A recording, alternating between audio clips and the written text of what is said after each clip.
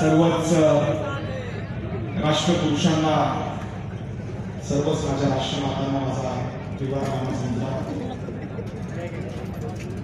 उपस्थित असलेले सर्व माईक काढून घ्या ना. सर्वच गंगापूर तालुक्यातील शहरातील सर्व मायबाप, मतदार, उपस्थित सर्व पत्रकार, उपस्थित सर्व प्रशासकीय यंत्रणा,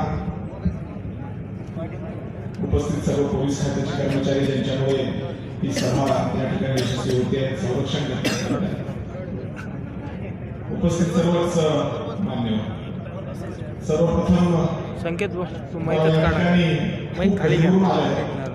कारण मी माईक नाही माझ्या उभ्या आयुष्यात एवढी मोठी सभा कधीच पाहिली नाही.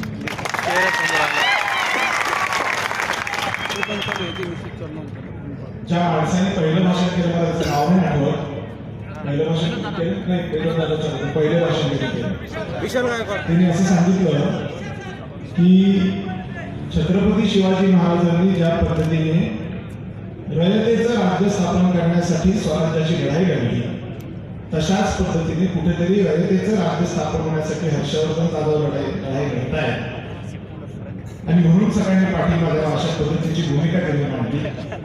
त्याला उपस्थितांनी काळ्यांच्या कडकडाटाने साथ दिली. मला असं वाटतं निवडणुकीचं काय व्हायचं ते होईल, पण मी आजच जिंकलो.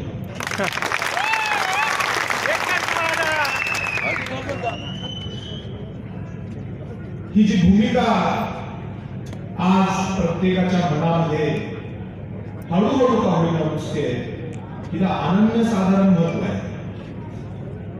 जाधव कुटुंबाने रायभान जाधवांपासून ते हर्षवर्धन जाधवांपर्यंत निक्षून नेहमीच रयतेचं राज्य चालेल अशा पद्धतीची भूमिका घेतली आहे.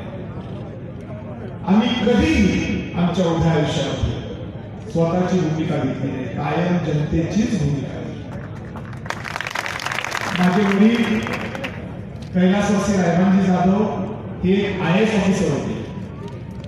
त्यांना त्या ठिकाणी वाटलं की मी लोकांची सेवा करू शकत नाही, मला त्या ठिकाणी समाजकारणात उतरलं पाहिजे, राजकारणात उतरलं पाहिजे. पुत्र ऐसा मान मातीचे फेडी पान अशा पद्धतीचे माझ्या वडिलांचे विचार होते आणि म्हणून IAS ची नोकरी सोडून तो माणूस सर्वसामान्यांमध्ये आला आणि त्या ठिकाणी सर्वसामान्यांसारखा जगला.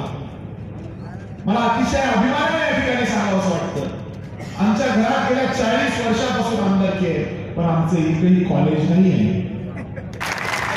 आमची एकही बिअर बार नाही आहे, आमचं कुठेही हॉटेल नाही आहे, आमची कुठेही फॅक्टरी नाही आहे, आमचा कुठेही पेट्रोल पंप नाही.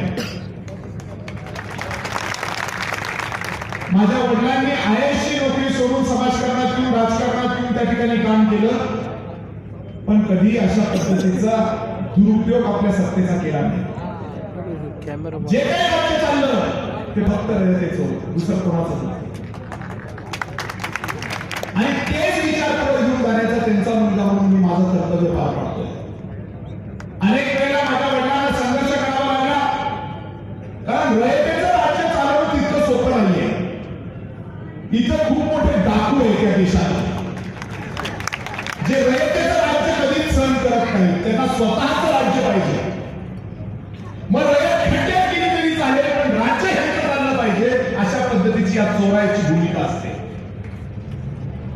आणि म्हणून अशा भूमिकेच्या विरोधात त्यावेळेला रयतेचं राज्य स्थापन करण्याचा माणूस मित्र त्याला प्रचंड विरोध होतो.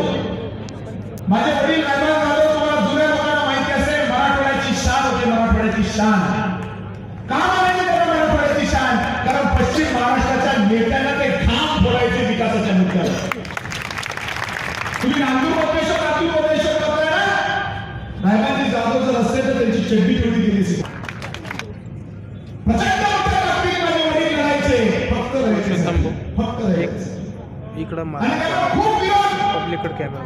प्रत्येक वेळेला आपले त्यांचे ज्या पक्षात असायचे त्या पक्षातले वरिष्ठ मंडळी त्या ठिकाणी विरोध करायची. रायभानजी तुम्ही जरा जास्तच करताय, अरे एखादं कॉलेज काढून घ्या, एखादी शाळा काढून घ्या, आमदारकीचा काय भरोसा आहे, उद्या नाहीये. ते केलं नाही. माझ्या वडिलांनी निक्षून सांगितलं, अरे सगळ्या तुम्ही तर 4थी नापास एक IAS ऑफिसर माणूस असून मी त्या IAS ची नोकरीला नाक मानून आलेलो आहे. मी काय तुमच्यासारखा या ठिकाणी नामर्द बनायला आलेलो नाही. आणि ती भूमिका घेऊन मी हर्षवर्धन जाधव यांचा मुलगा चालतो.